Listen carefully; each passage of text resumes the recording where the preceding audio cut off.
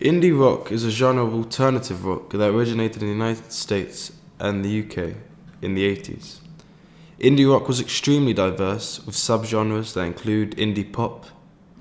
As grunge and punk revival bands in the US and then Britpop bands in the UK broke into mainstream in the 90s, it became used to identify those acts that retained an outsider and underground perspective. In the 2000s, as a result of changes in the music industry and growing importance of the internet, a number of indie rock acts, such as Razorlight, Kings of Leon, began to enjoy commercial success, leading to questions about its meaningfulness as a term. The indie rock scene is a localized, independent, music-orientated community of bands and their audiences. Local scenes can play a key role in musical history and lead to the development of influential genres, as we've seen from the past, such as in Manchester, you had the Madchester scene and the grunge scene in the 90s from Seattle.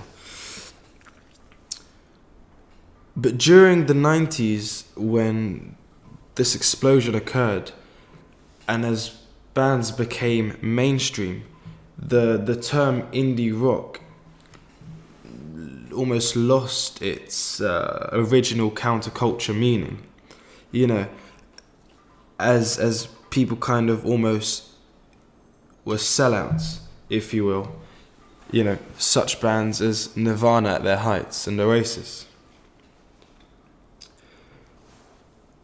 Therefore, the indie rock term is less original, less unique nowadays, as it was when, you know, bands would forget about getting signed, but just play around the local scene and build up this community.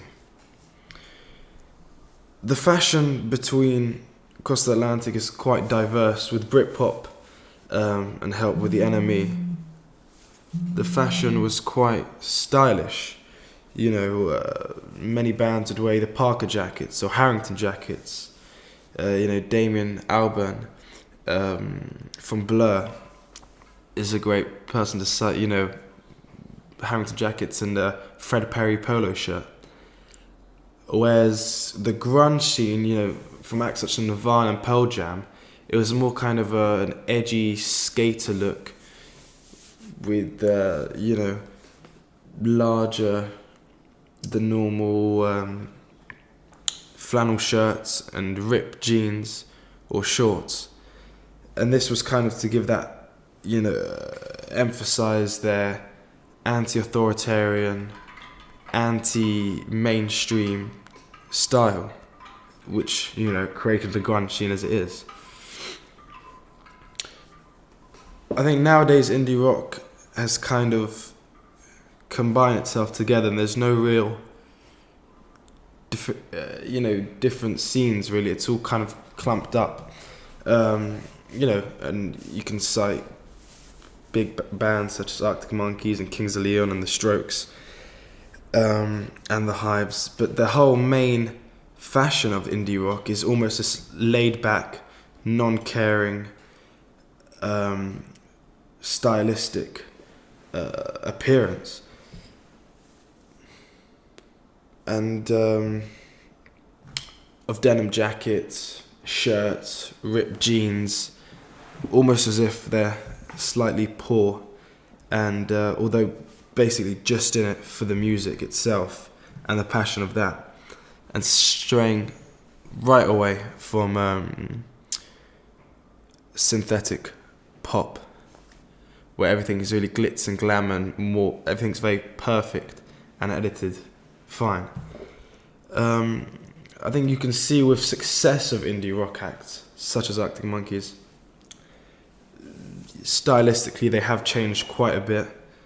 You know, a lot of kind of 50s era-esque and Elvis Presley type hairdos and American polos and shirts.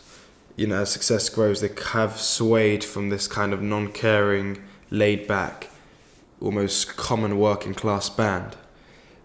But overall, the indie rock scene nowadays has lost the laid backness in a sense, and it has become slightly more fashionable with bands such as Catfish and the Bottlemen, who, you know, dress all in black, almost could be modelling for some dark Top Man advert, as if it were. But coming up on the walls themselves, it's I think the walls themselves, they take back on what the Strokes had, Kings of Leon and Arctic Monkeys, they all had at the beginning of their career. A laid back look, shirts, jumpers, you know, any darker blue, black colours, grey. And really, especially you see in the album cover, it's very kind of, you know, emotionless, not caring. They don't care about this photographs and videos, but more about the energy and the live performance and the music. And that's what they want to attract their target audience.